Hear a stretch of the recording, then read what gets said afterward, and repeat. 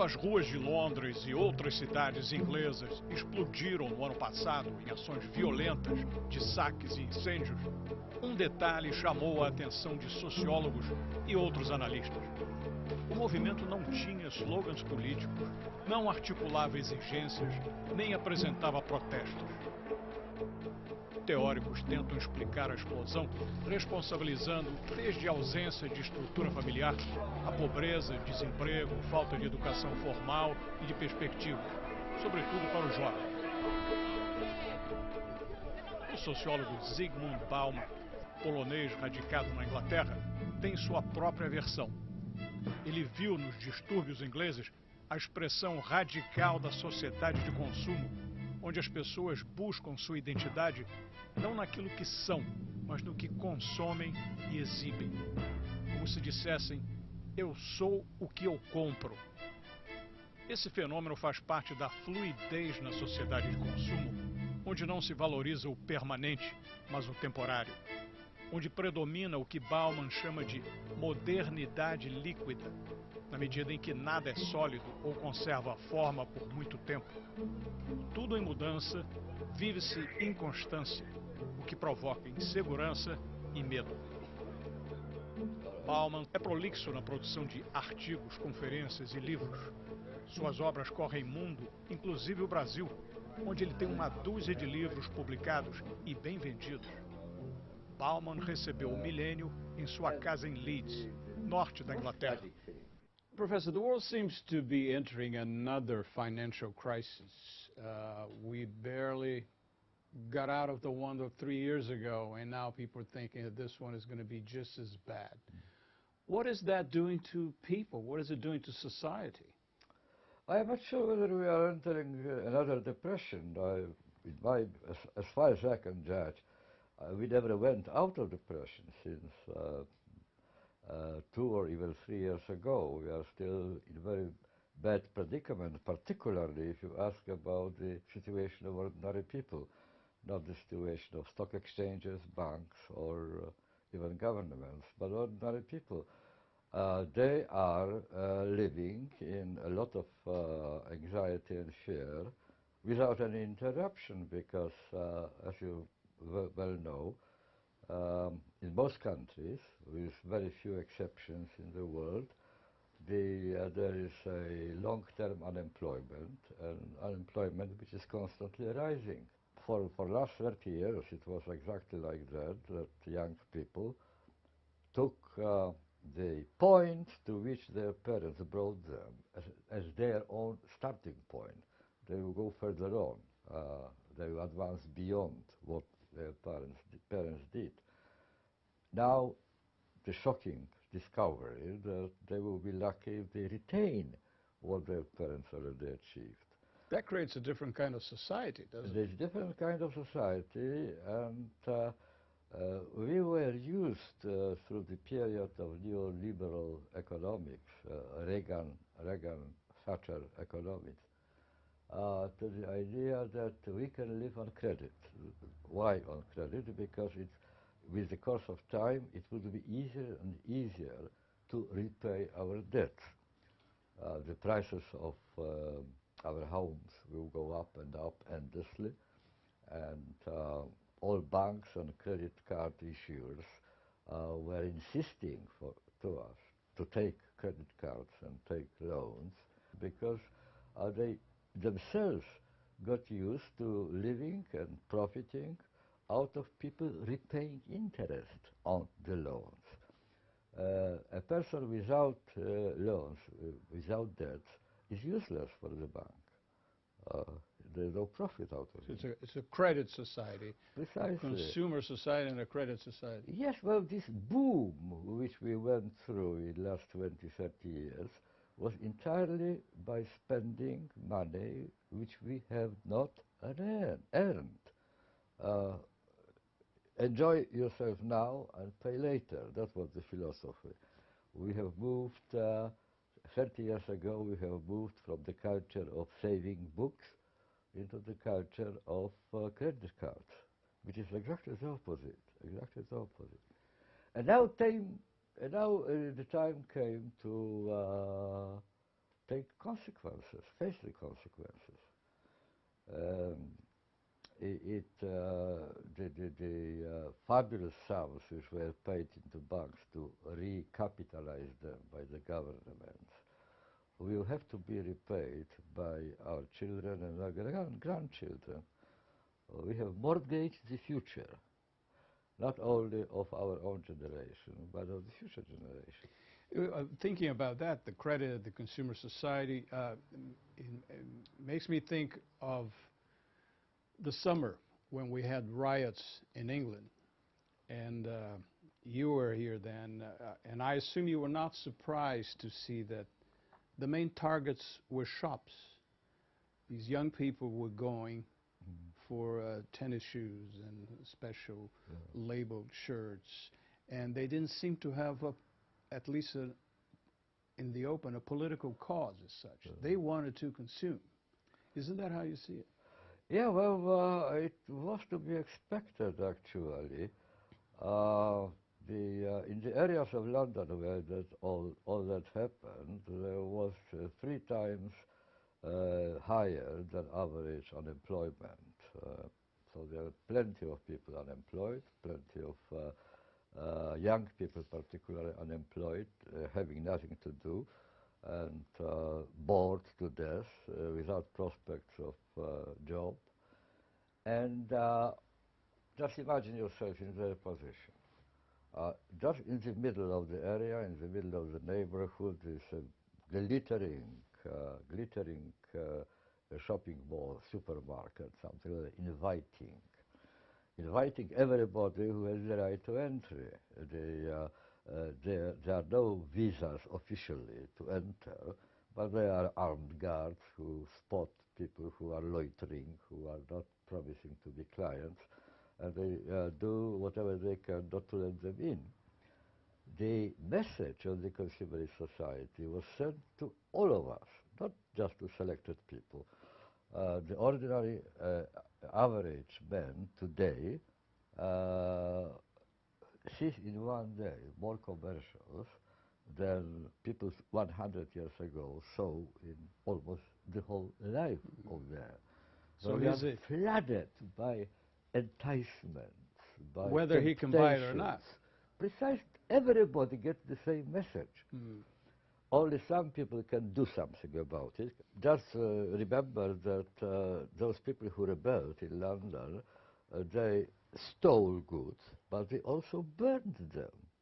It was act of vengeance on the fortresses of consumerism into which they were not allowed to go. Stealing was one thing, but it was not just the question of getting goods which motivated them. It was the revenge themselves for humiliation of being disqualified consumers in a consumerist society. What parallels would you establish, if any, with for instance, the movements, the protests, and the action taking place in different European capitals, mostly by young people, Madrid, Athens, Paris, and compare it to what happened in London? Yeah, that's a wide. No. London was so far was unique consumerist rebellion. It was the imperfect consumerist rebellion against consumerism, not in order to abolish consumerism, but in order to join the consumer orgy, at least for 3 nights. A carnival event, just a break in somber and dark reality. It was very unique phenomenon. But you are mentioning really massive phenomenon, which is extremely interesting, and also showing that something very important is changing in our society, and the rebellions in banlieue, in all over France at some point. Then in Madrid, the movement of the indignant people. In Athens, you had the rebellion against the overspending and cutting spending and the assault on social rights of people there. imposed by the almost bankruptcy of the country. In Israel, you had middle-class people going to the street and protesting against the government, which spends all the money on military purposes and doesn't care for the well-being. And then you have all over Arab countries, you have the movement, the same kind of a movement. People go to the streets, people go to the public square and refuse to leave until this particular regime, which doesn't give them citizenship rights, is abolished and opens and vacates the room for some kind of a different system. What kind, I don't know. When I was a young person, the major question which occupied myself and my contemporaries, young people like me, was the question, what is to be done? What should we do? What to do to make society better?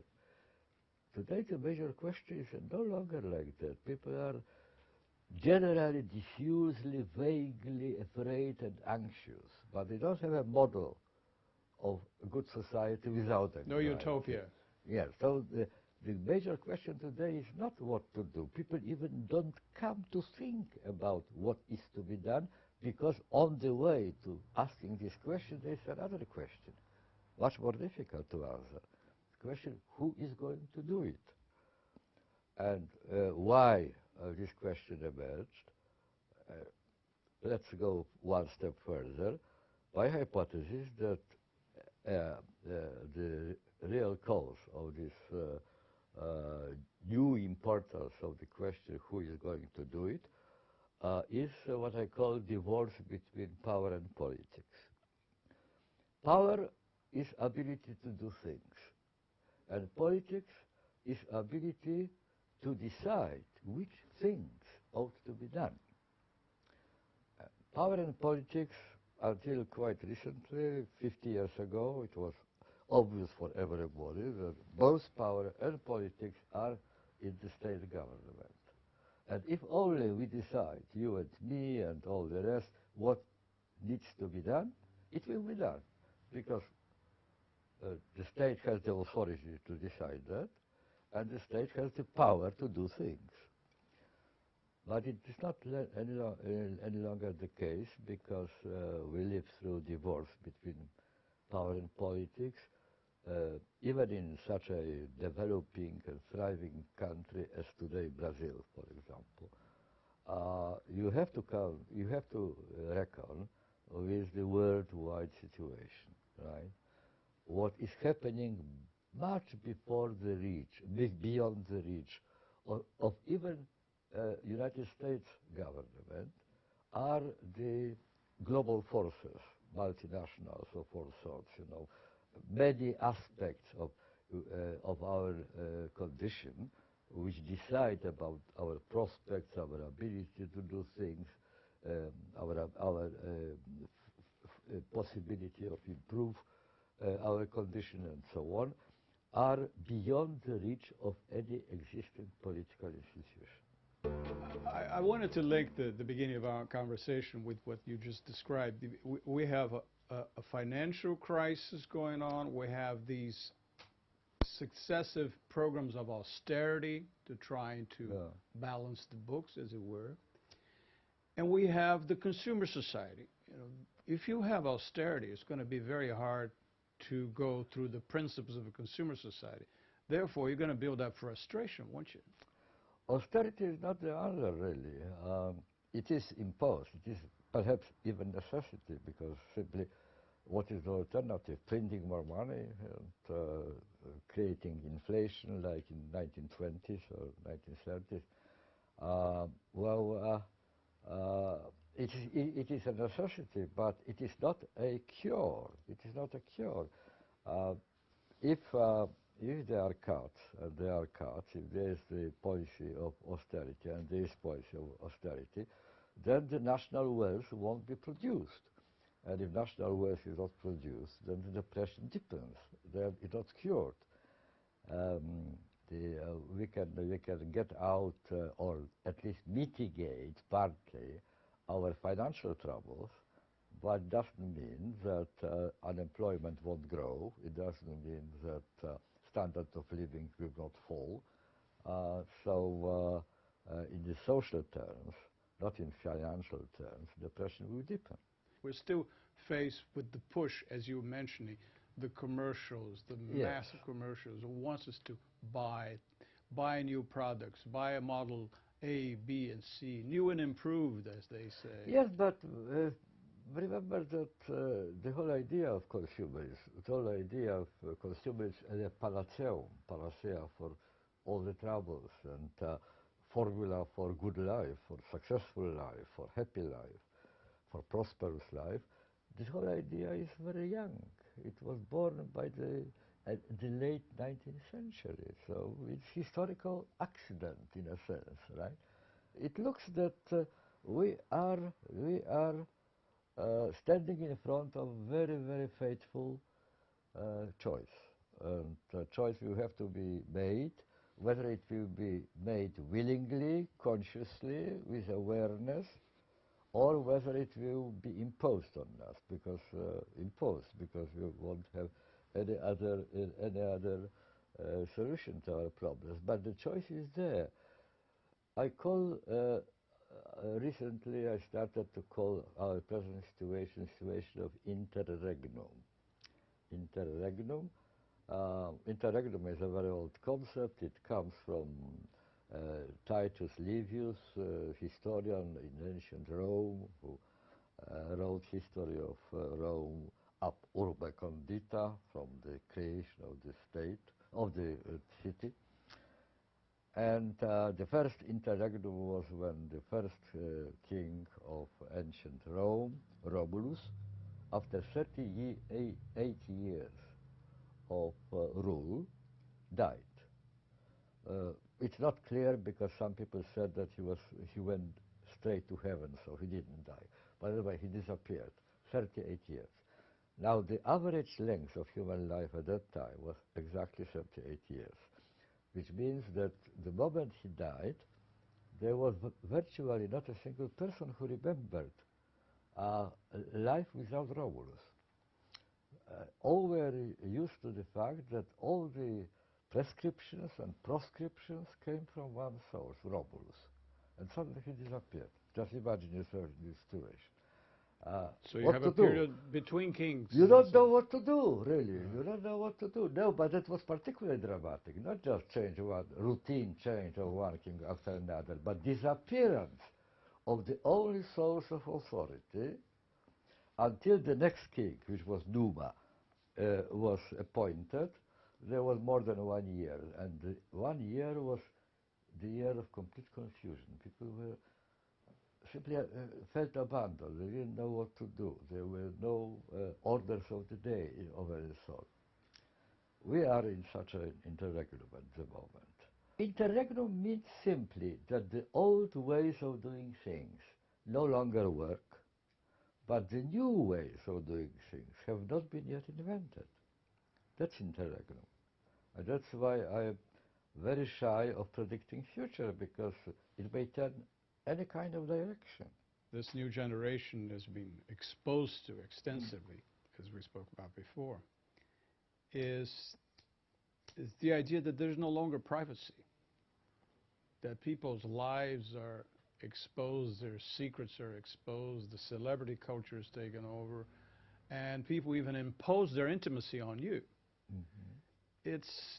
That's a fairly new phenomenon. They impose, but the need of exposure, public exposure, of public spiritual striptease, so to speak, has been internalized. It is no longer imposed. 8 years old, 10 years old children are known today to spend several hours a day in front of their laptops, telling everything about themselves to everybody who wants to read and who wants to or even listen. Those who don't. Yeah. There's the feeling that unless you are seen, well, not everybody can be seen on television. Of course, if you are seen on television, then you are really an important person. But if you can't, then at least you are seen on the screen of computer. Perhaps someone by accident will wander into your website, into your blog. Or your Facebook yes, page. and writes to you, sends you a message. Then you feel that you are really a member of the world, that you are not left behind, you didn't fall out of the vehicle, you were not kicked out, you haven't been excluded, you are in. That is the way we are in with the help of online, virtual reality, right? In offline is more and more deserted because of the offer of sociality, of gregariousness, of togetherness, of friendship, taken over by online implements, by online offers. So it is another very big change, and again, it is too early to sum it up and make any sort of certain confident predictions how it will develop. But if you add to it also the commercialization of human morality, what I mean by that we have been already converted to obsessive compulsive consumerism, so we have to work very hard. The borderline between job time, work time, and leisure time, office time and family time has been effaced. So you forget about your duty, moral duty towards your son or daughter or your wife. You're always on. You can't devoid your time. You can't dedicate your time to them. So what do? You buy expensive gifts to compensate for your absence. And the more expensive gift, the more profound is allegedly your moral responsibility and your love. So all this taken together, they are signals of very profound changes, cultural changes. I think we are going through a very profound real cultural revolution. But I don't feel really able, knowledgeable enough to responsibly risk prognosis in what direction it will go. Because as you rightly said, there are so many contradictory pressures. On the one hand, austerity, on the other hand, consumerism. How to reconcile them? Professor, thanks very much. I think it was enlightening.